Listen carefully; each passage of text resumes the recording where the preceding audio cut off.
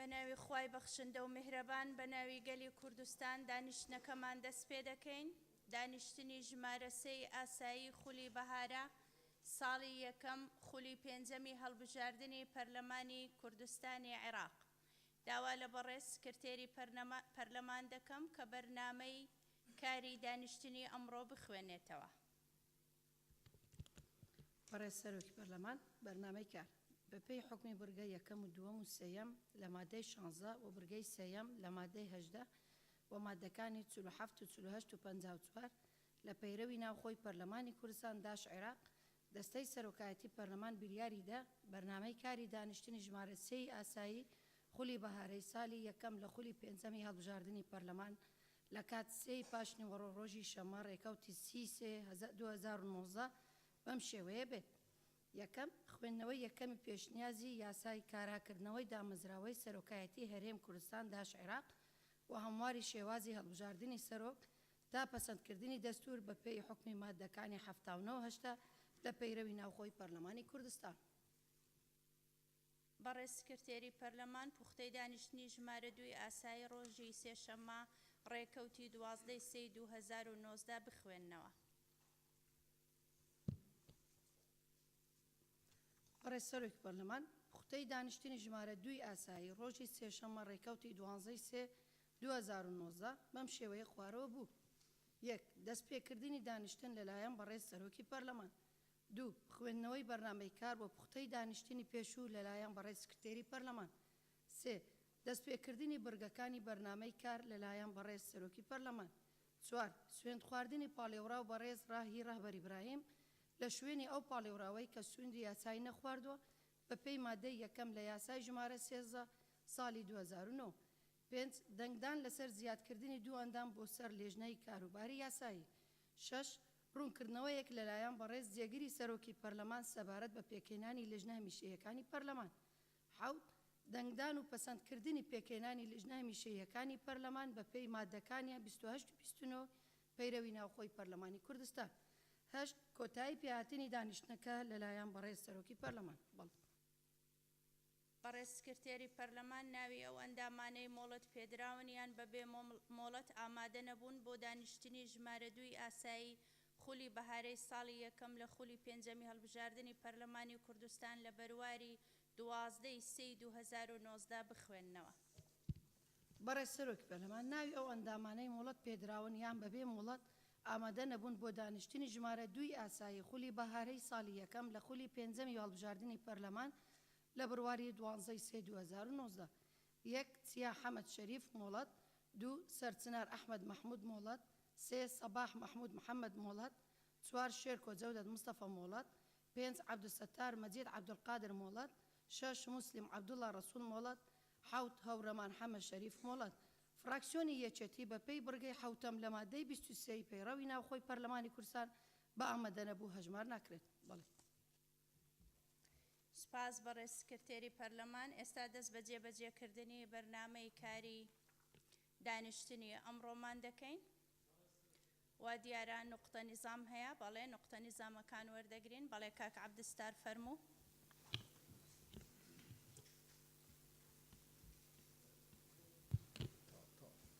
بەناوی خوای بەخشندەی میهرەبان بەڕێزان وەڵا من هەم داوای ڕوونکردنەوەیەک لە سەرۆکایەتی پەرلەمان دەکەم و هەم داواکاری کشمان هەیە.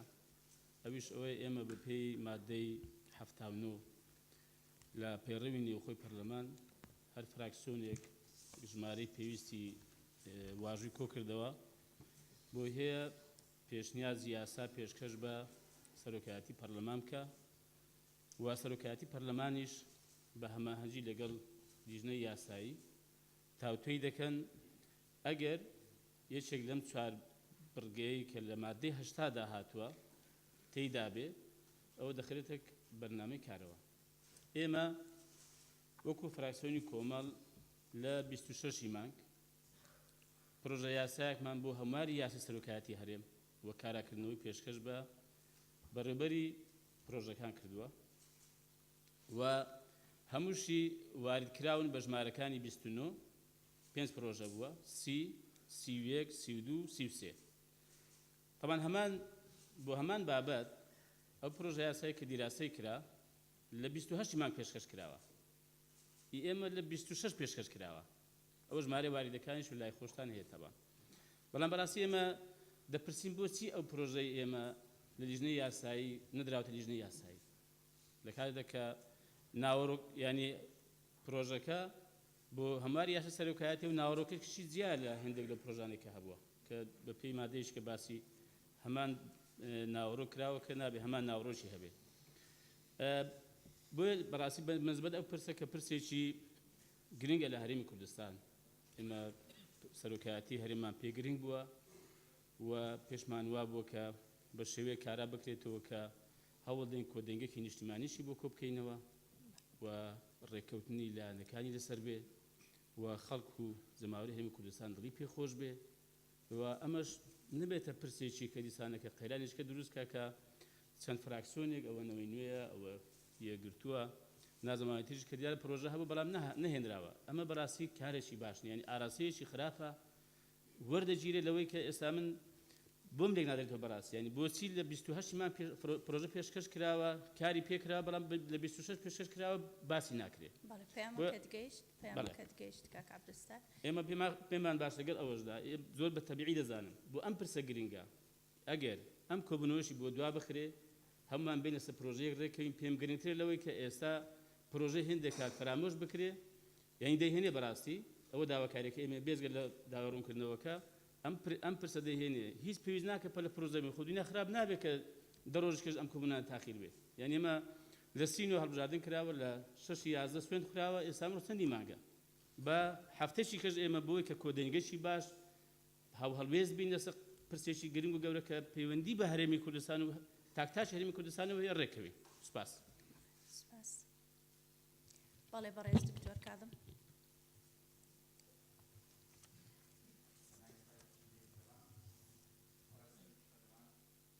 ئەندامانی پەرلەمان دیارە منەمێ ئەوە بڵێم کە ئێستا قۆناغێکی مێژوویە کە هەرێمەکەمانی پیا تێپەڕە بێت ئەگەر دەتانەوێت یاسایەکتان هەبێت کە سەرۆکێک هەڵبژێرێت سەرۆکی هەموو هەرێم بێت ئەوە دەبێت گوێ لە پێشنیاری هەموو هێزەکان بگرن گوێ لە پێشنیار و پرۆژەی لایەنەکانی تر بکرن نەک تەنها هێزە سیاسەکانی ناو پەرلەمان و دەرەوەی پەرلەمان بەڵکو ئەو هاوڵاتیانش کە نزیکەی لە 165 هاوڵاتیان دەکا کە لە زاخۆوە تا کفری بایکۆتی هەڵبژاردنەکانیان کرد ئەم پەرلەمانە و دەستەی سەرۆکایەتی پەرلەمان لە ئێستادا لە بەردەم بەرپرسیارەتێکی گەورەدایە داهاتووی کوردستان و ئەزمموی هەرێم لە بەردەم تاقیکردنەوەیەکی گەورەدایە یان بەڵێ خاڵەکەمانەوەیە لەبەرەوەی نابێت لە ڕێگای خاڵی پەیڕەوی خطابات بدرێت بەڕێز سەرۆکی پەرلەمان قسەکە ئەوەیە یان لە ڕێی زۆرینەوە هەرێمی کوردستان بەرەو داهاتوویەکی نادیار و ئاڵۆز و تەشەنوجی زیاتری سیاسی دەبرێت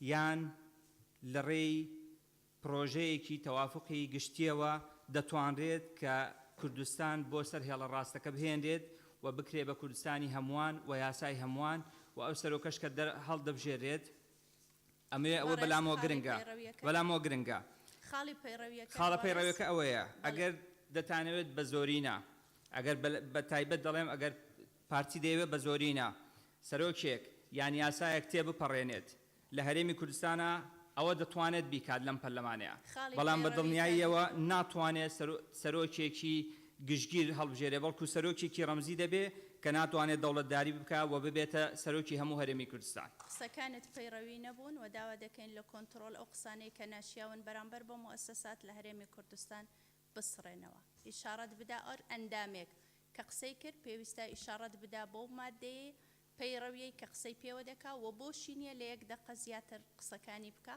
و هەر ئەندامێکی تر کە بیەوێ نەفسی قسە بکات تەنها پشتگیری لە هاوڕێکەی بکات و قسەکانی دووبارە نەکاتەوە بەڵێ کاک سۆران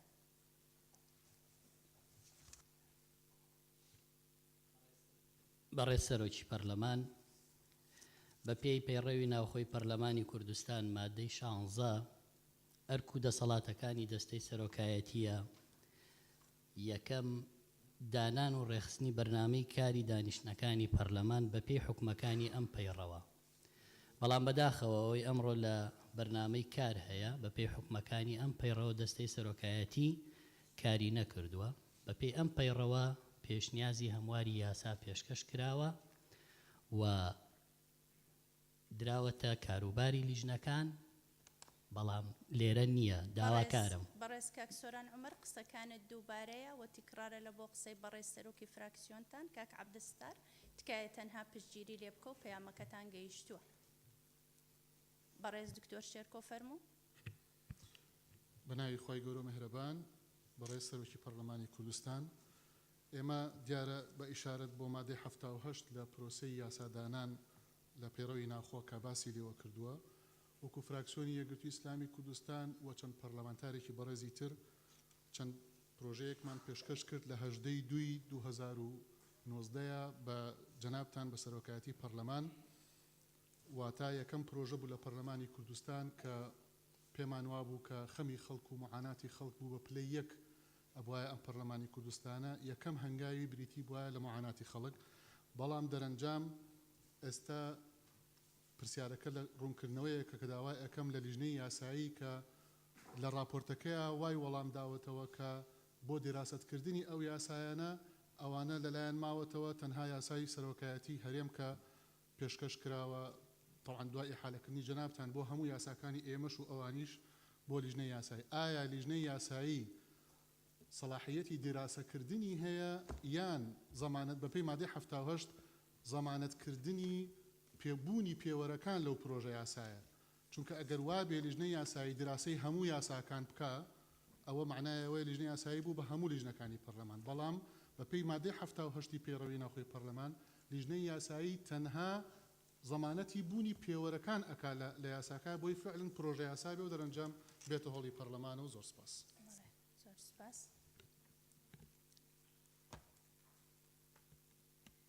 بەڕێز کاکمەم ئەگەر تیکرارە تەنها پشتگیری لە سەرۆکی فراکسیۆنەکەت بکە.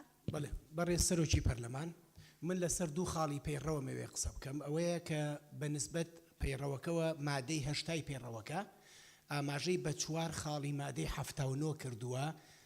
4 بڕگەی ناو خاڵی 79 وا ئەکات پرۆژە یاسایەک نەخرێتە بەرنامەی کار و خوێندنەوەی بۆ نەکرێت. تەنها یەک دقەت هەیە. بەڵێ ئەو پرۆژە یاسایی ئێمە وەکو فراکسیۆنی نەوەی نوێ بە 10 ئیمزاوە پێشکەشمان کردووە. هیچ کام لەم 4 بڕگەییتیان نییە کە هۆکار بێ بۆ ئەوی پێشکەش نەکرێمە. یەک دوو پرۆژە یاساکە ئێمە لە 26 مانگ پێشکەش کراوە. ئەم پرۆژە یاسایی کە خوێندنەوەی بۆ کرێ لە 28 مانگ پێشکەش کراوە. ئەمە جۆرێک لە نەعەدالەتی تایە و ئەبێ حەزەکەن جەنابتان وەکو سەرۆکایەتی پەرلەمان بۆمان ڕوونکەنەوە هۆکار چییە؟ تەمام قسەکانت تیکرارە. سوپاست دەکەین. سوپاست دەکەین. تەمام. بەڕێزان ئەندامانی پەرلەمان دوای وەرگرتنی نوقتە نیزامەکان. بەڵێ کاک کاوە فەرموو. بەناوی خوای گەورە و مهرەبان، بەڕێز سەرۆکی پەرلەمان، من کاوە عەبدولقادر.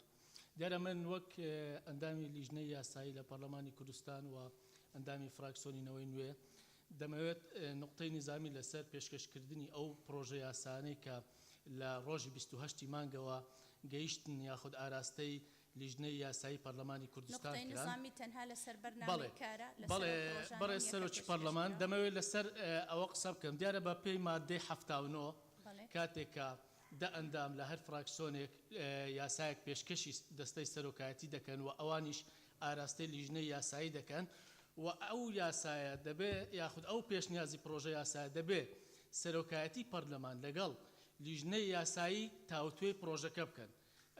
ئەگەر ئەو پرۆژەیە ئەو 4 مەرجێتیانە بوو دەبێ بە هەماهەنگی ڕەت بکرێتەوە، نەک بە تەنها سەرۆکایەتی ڕەتی بکاتەوە یاخود لیژنەی یاسایی. هەتا ئەگەر تێبینی شەبوو دەبێ بخرێتە پەرلەمان. ئینجا من دەمەوێت یەک شتی تر بڵێم بەڕێز سەرۆکی پەرلەمان. بەڵێ بەڕێزان ئەندامانی پەرلەمان پەیامەکەتان گەیشت لە ڕێگای نقطەی نظامیەوە. چەند فراکسیۆنێک گلەی ئەوەیان کردووە کە گوایە پرۆژە یاسایان بەرز کردوێتەوە بۆ سەرۆکایەتی پەرلەمان و پرۆژە یاساکەیان نەخراوەتە بەرنامەی کاری ئەمڕۆ بە مەبەستی ئەوەی کا خوێندنەوەی یەکەمی بۆ بکرێتن. نقطە نظامیەکی کەمان هەیە. بەڕێ کاک ئومێد فەرموو. بەڕێز سەرۆکی پەرلەمان بەپێی مادەی 55 بڕگەی دووەم یەکێک لەو بەڕێزانە کە باسی لەوە کرد ناوی فراکسیۆنی پارتی هات بەپێی مادەی 55 لە بڕگەی دووەم داوا دەکەین ئەو ناوە لە پرۆتۆکۆل بسڕێتەوە لە بەرەوەی ئەو پرۆژەی پێشکەش کراوە پرۆژەی فراکسیۆنی پارتی نییە، پرۆژەی 68 ئەندام پەرلەمانە و زۆر سپاس. داوامان کردووە هەموو قسە نەشیاوەکان بەرامبەر بۆ موئەسسەسات بەرامبەر بە ئەندامانی پەرلەمان بەرامبەر بە فراکسیۆنەکان هەمووی لە پرۆتۆکۆل بسڕێتەوە.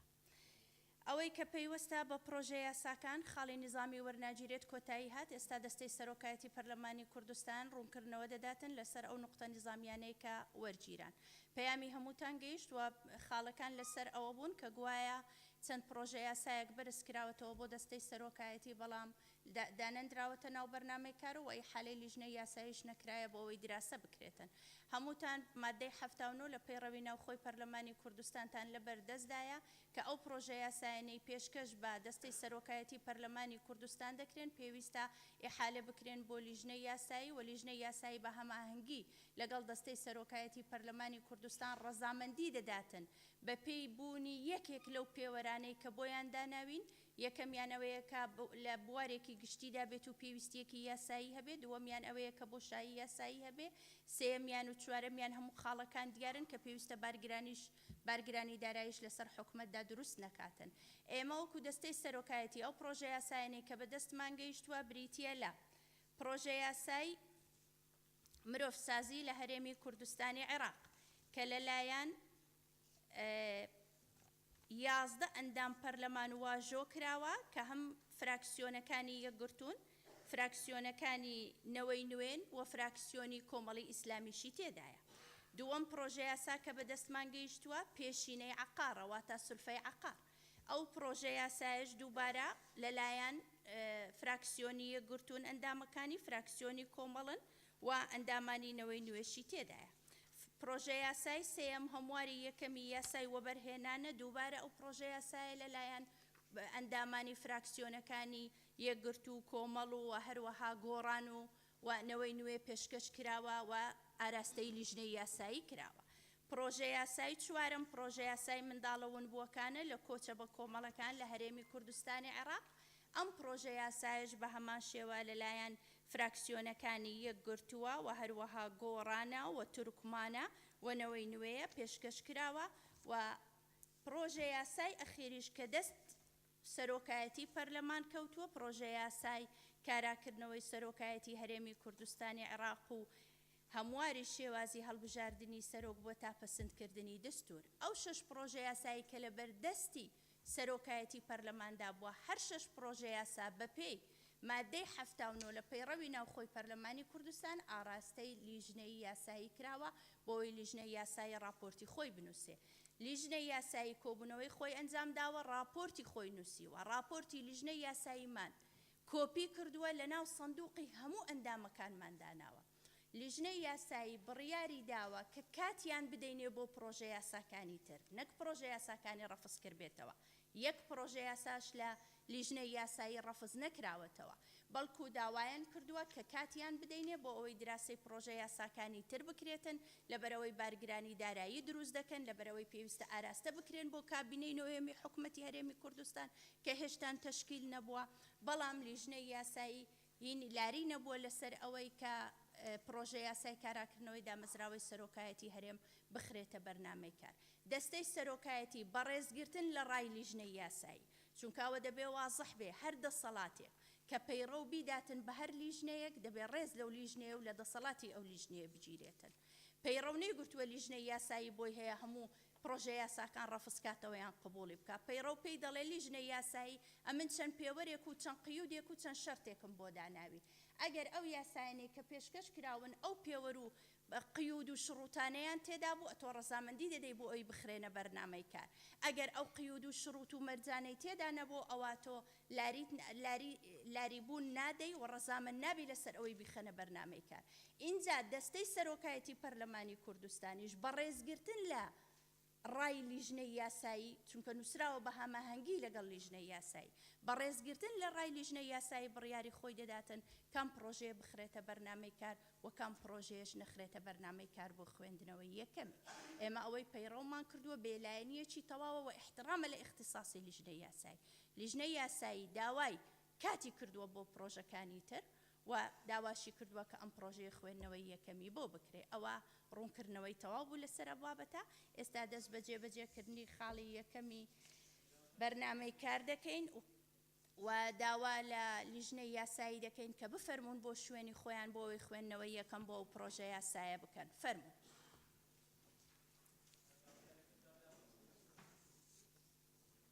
فەرموو لیژنەی یاسایی.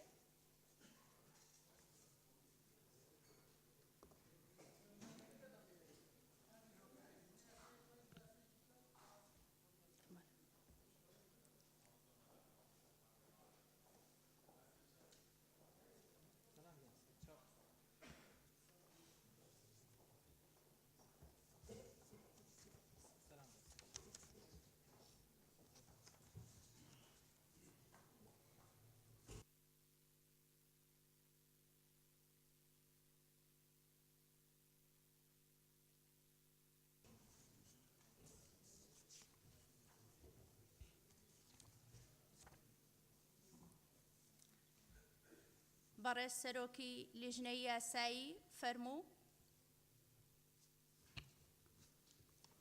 ناوی خودم آزان دلوان برای سروکی پارلمان پیشنیاز یاسایی کارکردنەوەی سەرۆکاتی هەرێمی کوردستان عێراق و هەمواری شێوازی هەڵبژاردننی سەرۆک تا پەسەندکردنی دەستور کە لە 8 مادە پێک دێت لەگەڵ هۆیەکانی دەرچواندنی کە لەلایەن ژمارەی یاسای ئەندامانی پەرلەمانەوە پێشکەش کراوە. ناوی ئەندامانی پەرلەمان ئەوانەی کە واژۆیان کردووە ئەمانن: علي حمد صالح، يك علي حمد صالح، دو أمير تکایە ناوی سیانی ئەگەر هەیە ناوی سیانی. علي حمد صالح سيانية مني يك علي حمد صالح طه، دو أميد عبد الرحمن حسن، سي فريد يعقوب إيليا، 4 عبد الله حاجي محمود، 5 أيضا معروف سليم، 6 آزاد أكرم بهرام، 7 روميو حزيران نيسان، 8 محي الدين حسن يوسف، 9 واهي كمال صغومون، 10 محمد سعد الدين أنور، 11 كلارا عوديشو يعقوب، 12 جنان جبار بويا، 13 صباح محمود محمد، 14 جا حميد شريف، 15 حسيبة سعيد إبراهيم، 16 جلاوش عبيد عثمان، 17 ظاهر محمد علي، 18 بجار خالد عبد الله، 19 إحسان محمد سليم، 20 ربوار عبد الرحيم عبد الله، 21 نزار ملا غفار، 22 ليزا فلك الدين صابر كاكي، 23 سفين آغا عمر آغا قادر، 24 هيفيدار أحمد سلمان، 25 أرشد حسين محمد، 26 بهجت علي إبراهيم، 27 نجات شعبان عبد الله، 28 سلام عبد الله حسن، 29 خديجة عمر طه، 30 محسن حسين مصطفى، 31 إدريس إسماعيل عبوش، 32 حكمد محمد عبو زيد، 33 مام اسكندر، 34 جهاد حسن إبراهيم، 35 هدية مراد حيدر، 36 ريفينك محمد علي، 37 سارة دلشاد بكر، 38 جلال محمد أمين أحمد، 39 شایان کاکا صالح محمد، 40 گلستان سعید محمد، 41 یاسین خضر طه، 42 بلین اسماعیل حاجی ابراهیم، 43 روبینا ویلمک عزیز، 44 ویسی سعید ویسی، 45 لیلا عبدالجبار حدو، 46 زیدان رشید خان اودل، 47 جلال محمد عبدالله، 48 سوسن محمد میرخان، 5 گلیزار رشید حاجی، 51 زانا خالد اسماعیل، 52 سعید مصطفى تترخان، 53 پیشوا طاهر مصطفى، 54 بختیار شکری سلیمان، 55 سروان محمد علی، 56 بهمن کاکی عبدالله احمد، 57 جوان یونس محمد، 58 گلستان باقی سلیمان، 59 جیان طاهر احمد، 60 شوان کریم محمد، 61 روژان إبراهيم علي 62 رزقار عيسى سوار 63 آشنا عبد الله قادر 64 شيرين أمين عبد العزيز 65 شاخوان رؤوف مصطفى 66 دابان محمد حسين 67 قوران عمر قادر 68 رزقار محمد محمود برئیس سروکی پارلمان داول برستان دکین که هم پیش نیازه یاسایه آراسته لجنه پیوندیدار بکن زور سپاس ئەم پێشنیازی یاسایە ئاراستەی لیژنەی کاروباری یاسایی و گشت ئەندامە بەڕێزەکانی پەرلەمانی کوردستان دەکەین و بە پێی بڕگەی سێیەم لە مادەی سی لە پەیڕەوی ناوخۆی پەرلەمانی کوردستان داوا لە لیژنەی یاسایی دەکەین کە بەیانی کۆبوونەوەی خۆیان لەسەر ئەم پرۆژە یاسایە ئەنجام بدەن بە مەبەستی نووسینی راپۆرت لەسەری. زۆر سوپاس بۆ ئەندامانی لیژنەی یاسایی، فەرموو بۆ شوێنەکانی خۆتان.